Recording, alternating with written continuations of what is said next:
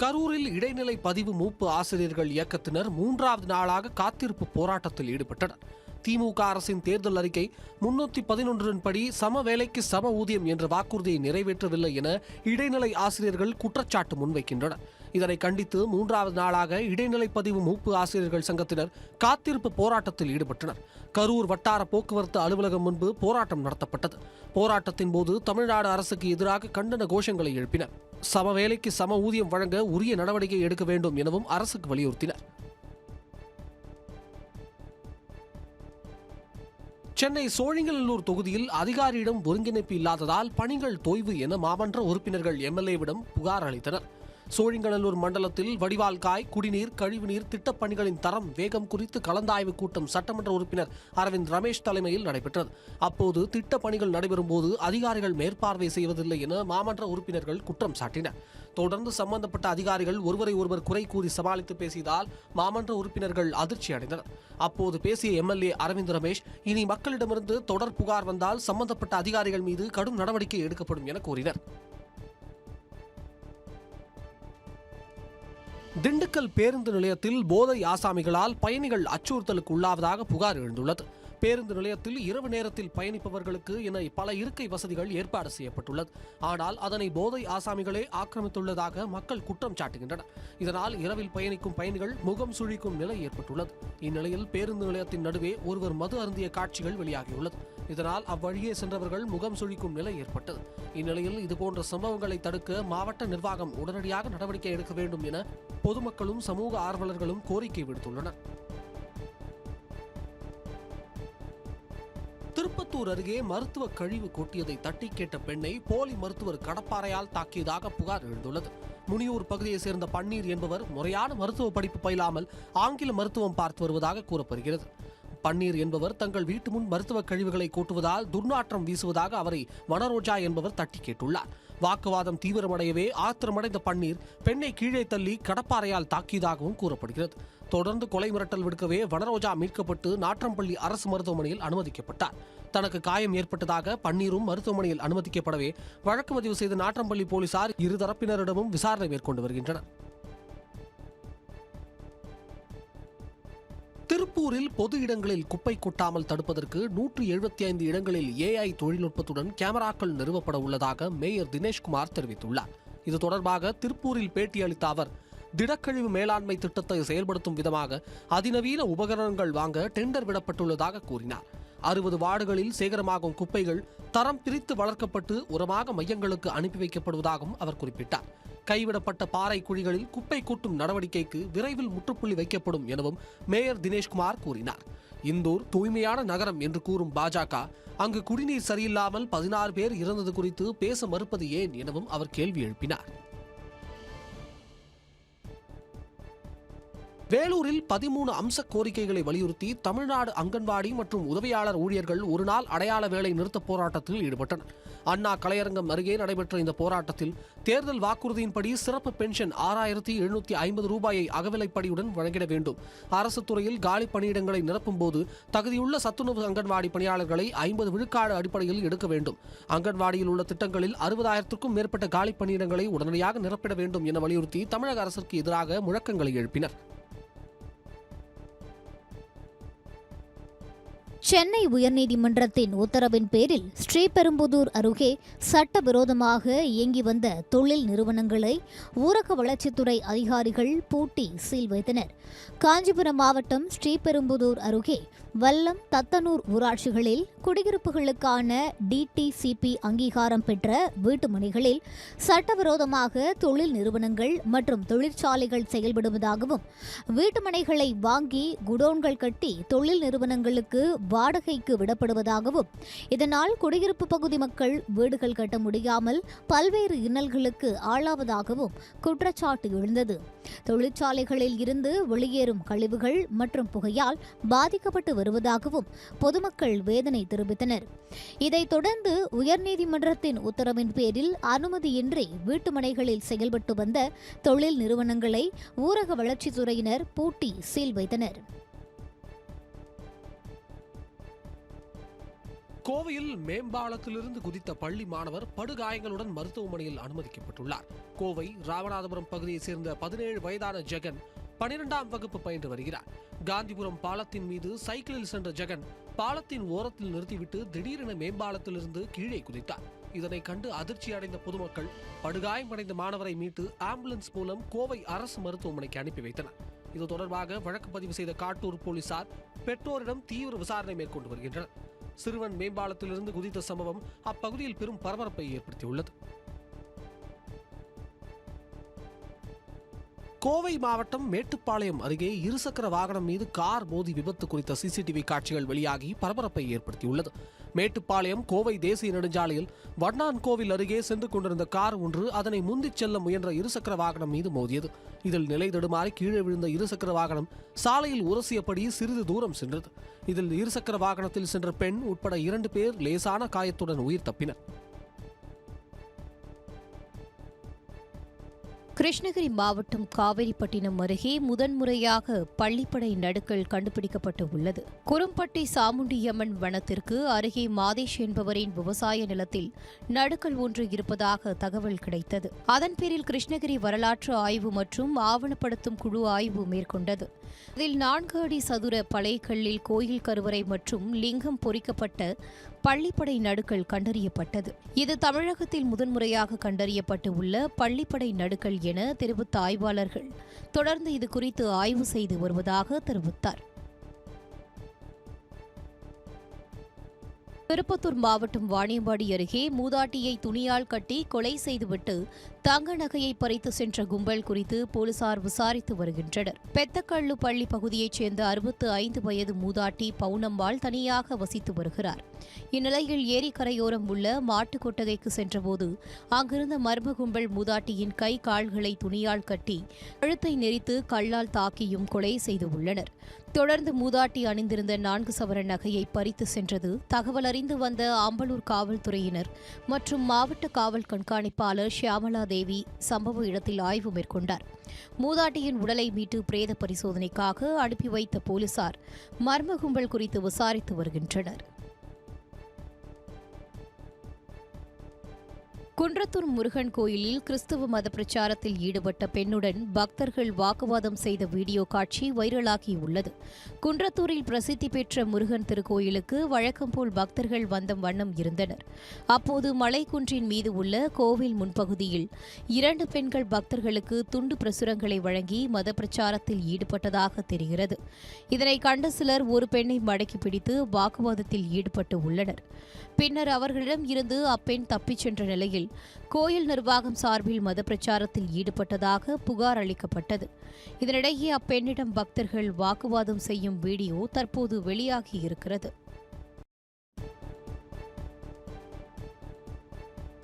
திருத்தணி ரயில் நிலையத்தில் மதுபோதையில் ஏற்பட்ட தகராறில் தொழிலதிபரை தாக்கிய இளைஞரை போலீசார் கைது செய்தனர். கடந்த 30ஆம் தேதி திருத்தணி ரயில் நிலையத்தில் தொழிலதிபர் ஒருவர் தாக்கப்பட்ட காணொலி ஒன்று சமூக வலைதளங்களில் வெளியாகி சர்ச்சையை ஏற்படுத்தியது.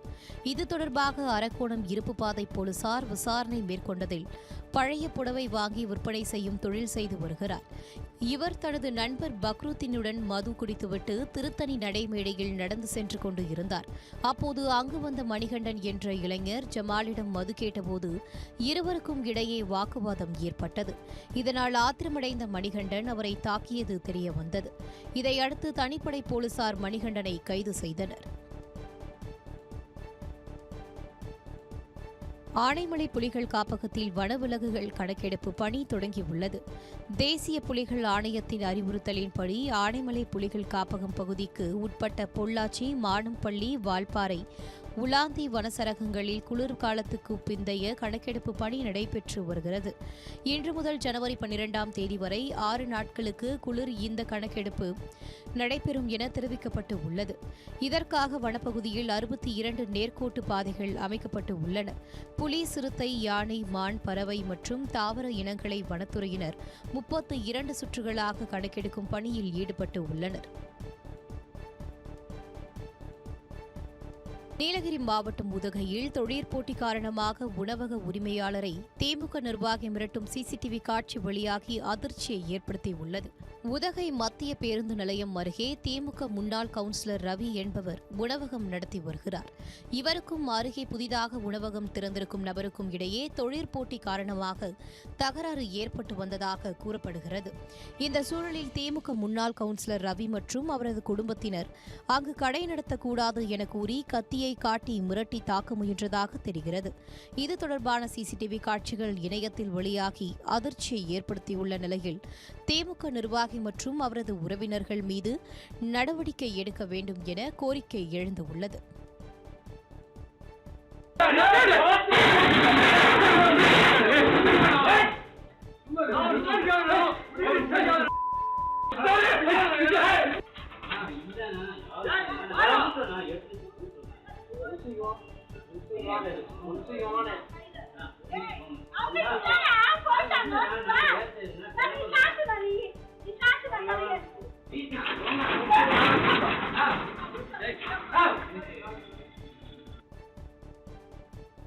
செங்கல்பட்டு மாவட்டம் பெருங்களத்தூர் வண்டலூர் தேசிய நெடுஞ்சாலையில் பேரிகார்டில் மோதி கீழே விழுந்த நபர் மீது அரசு பேருந்து ஏறியதில் பரிதாபமாக உயிரிழந்தார். வண்டலூர் ரணியம்மன் கோவில் அருகே ஜிஎஸ்டி சாலையில் அறிவிப்பு பலகை வைக்கும் பணியில் தேசிய நெடுஞ்சாலைத்துறை ஒப்பந்த பணியாளர்கள் ஈடுபட்டுள்ளனர். இதனையடுத்து பணி நடைபெறும் இடத்தில் சாலையின் நடுவே பாதுகாப்பிற்காக தடுப்புகள் வைக்கப்பட்டுள்ளன. இந்த நிலையில் தாம்பரம் ரங்கநாதபுரத்தை சேர்ந்த சக்திவேல் இருசக்கர வாகனத்தில் பெருங்களத்தூர் வழியாக படப்பை நோக்கி சென்று கொண்டிருந்தார். அப்போது சாலை நடுவே இருந்த தடுப்புகள் மீது இருசக்கர வாகனம் மோதியதில் கீழே விழுந்த சக்திவேல் மீது அரசு பேருந்து ஏறி இறங்கியது. இதில் உடல் நசுங்கி அவர் சம்பவ இடத்திலேயே பரிதாபமாக உயிரிழந்தார். தகவல் அறிந்து வந்த போலீசார் உடலை மீட்டு விசாரணை நடத்தி வருகின்றனர்.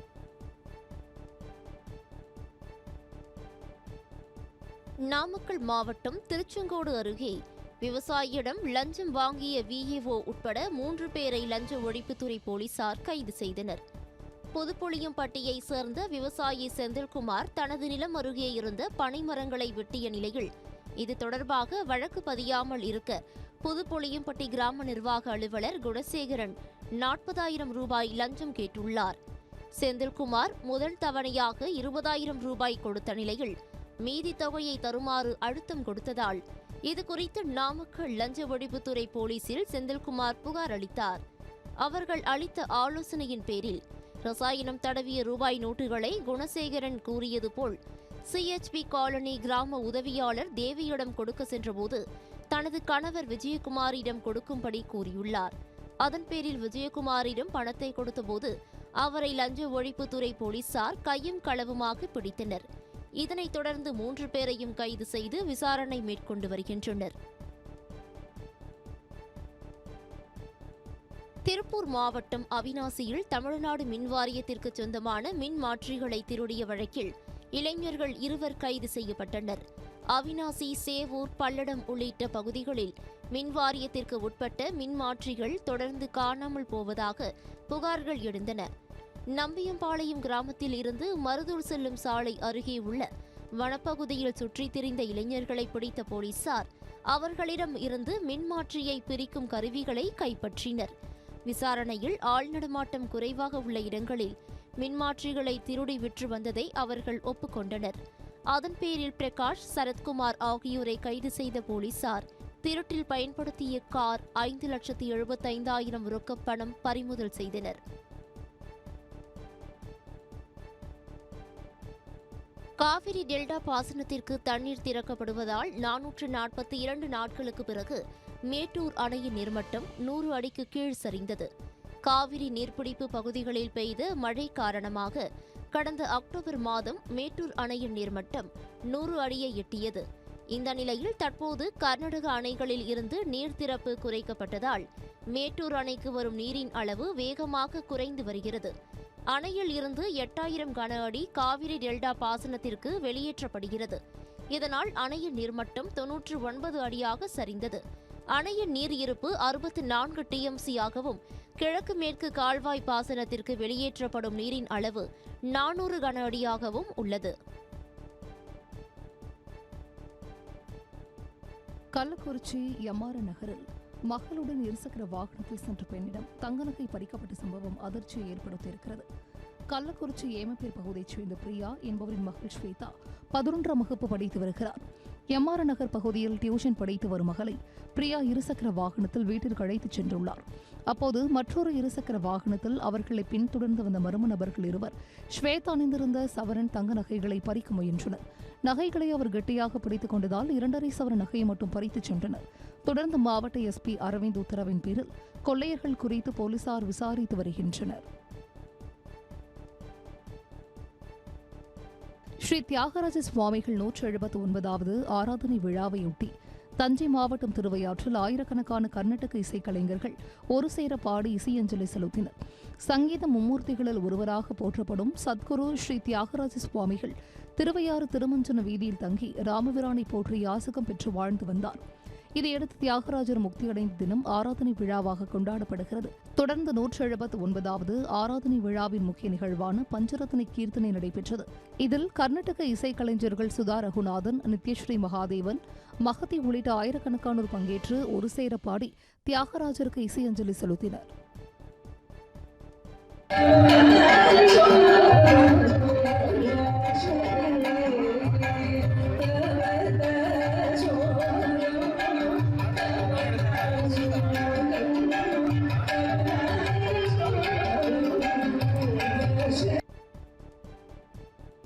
திருப்பூர் அருகே குமரன் குன்று கோவிலை வருவாய்த்துறையினர் இடிக்கச் சென்ற போது இந்து முன்னணியினர் ஆர்ப்பாட்டத்தில் ஈடுபட்டதால் பரபரப்பு ஏற்பட்டது. அவினாசி அடுத்த ராக்கியாப்பட்டி பகுதியில் குமரன் குன்று எனப்படும் முத்துக்குமார சுவாமி கோவில் உள்ளது. இக்கோவில் அரசு புறம்போக்கு நிலத்தில் ஆக்கிரமித்து கட்டப்பட்டிருப்பதாக கூறப்படுகிறது. இந்த வழக்கில் கடந்த 2010ஆம் ஆண்டு தீர்ப்பு வழங்கப்பட்ட நிலையில் கோவிலை இடிக்க வருவாய்த்துறையினர் போலீசார் அங்கு சென்றனர்.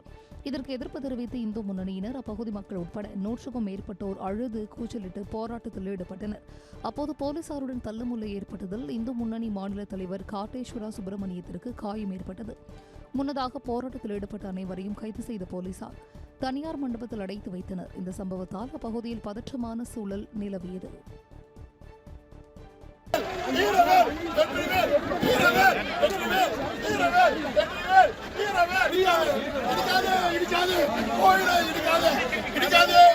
நடத்தப்படுறாங்க.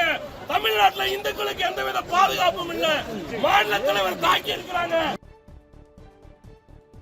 நெல்லை மாவட்டம் கூடன்குளம் அருகே தூண்டில் வளைவு பாலம் அமைக்க வலியுறுத்தி படகுகளில் கருப்பு கொடி ஏற்றி மீனவர்கள் போராட்டத்தில் ஈடுபட்டனர். கூடன்குளம் அருகே உள்ள மீனவ கிராமமான தோமையார்புரத்தில் இயற்கை சீற்றம் மற்றும் கனமழை காரணமாக கடல் அரிப்பு ஏற்பட்டு வருகிறது. 100 மீட்டர் தூரம் வரை கடல் அரிப்பு ஏற்பட்டுள்ளதால் படகுகளை கூட நிறுத்த முடியாத சூழல் ஏற்பட்டுள்ளதாக கிராம மக்கள் வேதனை தெரிவித்தனர். இதையடுத்து மீனவர்களின் கோரிக்கையை ஏற்று கடந்த மீனவர் குறைதீர்க்கும் கூட்டத்தின் போது தோமையார்புரம் உள்ளிட்ட 4 கிராமங்களுக்கு விரைவில் தூண்டில் பாலம் அமைக்கப்படும் என சபாநாயகர் அப்பாவு உறுதியளித்தார். ஆனால் தற்போது வரை அதற்கான பணிகள் நடைபெறாததால் கோரிக்கையை வலியுறுத்தி தோமையார்புரத்தில் உள்ள 101 நாட்டுப்படகு மீனவர்களும் மீன்பிடிக்க செல்லாமல் தங்களது படகுகளில் கருப்பு கொடி ஏற்றி கண்டன ஆர்ப்பாட்டத்தில் ஈடுபட்டனர். கோவையில் நெடுஞ்சாலையை கடந்த கார் மீது பள்ளி பேருந்து மோதிய சிசிடிவி காட்சி வெளியாகி அதிர்ச்சியை ஏற்படுத்தியுள்ளது. சர்வீஸ் சாலை வழியாக வந்த கார் ஒன்று கோவை பாலக்காடு தேசிய நெடுஞ்சாலையை கடக்க முயன்றது. அப்போது வலதுபுறம் வரும் வாகனங்களை கவனிக்காமல் இயக்கியதால் நெடுஞ்சாலையில் மாணவர்களுடன் வந்த பள்ளி வாகனம் கார் மீது மோதி சிறிது தூரம் இழுத்துச் சென்றது. இந்த விபத்தில் அதிர்ஷ்டவசமாக உயிர் சேதம் ஏற்படவில்லை. இந்நிலையில் விபத்து தொடர்பான சிசிடிவி காட்சி சமூக வலைதளங்களில் வெளியாகி அதிர்ச்சியை ஏற்படுத்தியுள்ளது. ഈ മറ്റേ ബസ് ഇത് കയറുന്നത് പുള്ളി കണ്ടില്ല കേട്ടോ. ബസ്സിന് നല്ല സ്പീഡ് ഒരു മാറ്റവും ഇല്ല. ഈ മറ്റേ ബസ് ഇത് കയറുന്നത് அமைச்சர் மூர்த்தி முன்னிலையில் முகூர்த்த கால் நடும் விழாவுடன் மதுரை அலங்காநல்லூர் ஜல்லிக்கட்டு போட்டிக்கான முன்னேற்பாடு பணிகள் தொடங்கின. பொங்கல் பண்டிகையை முன்னிட்டு மதுரையில் அவனியாபுரம், பாலமேடு, அலங்காநல்லூரில் ஜல்லிக்கட்டு போட்டிகள் அடுத்தடுத்து நடைபெறவுள்ளன. இதை முன்னிட்டு ஜல்லிக்கட்டு வாடிவாசல் அருகே உள்ள முத்தாலம்மன் கோயிலில் சிறப்பு பூஜைகள் செய்து முகூர்த்த கால் நடும் நிகழ்ச்சி நடைபெற்றது. இதில் வணிக வரித்துறை மற்றும் பத்திரப்பதிவுத்துறை அமைச்சர் மூர்த்தி, மாவட்ட ஆட்சியர் பிரவீன்குமார், சோழவந்தான் சட்டமன்ற உறுப்பினர் வெங்கடேசன் உள்ளிட்ட பலர் கலந்து கொண்டனர். இதைத் தொடர்ந்து விழா மேடை, குடிநீர் தொட்டி, பார்வையாளர் மேடை அமைக்கும் பணிகள் நடைபெறவுள்ளன.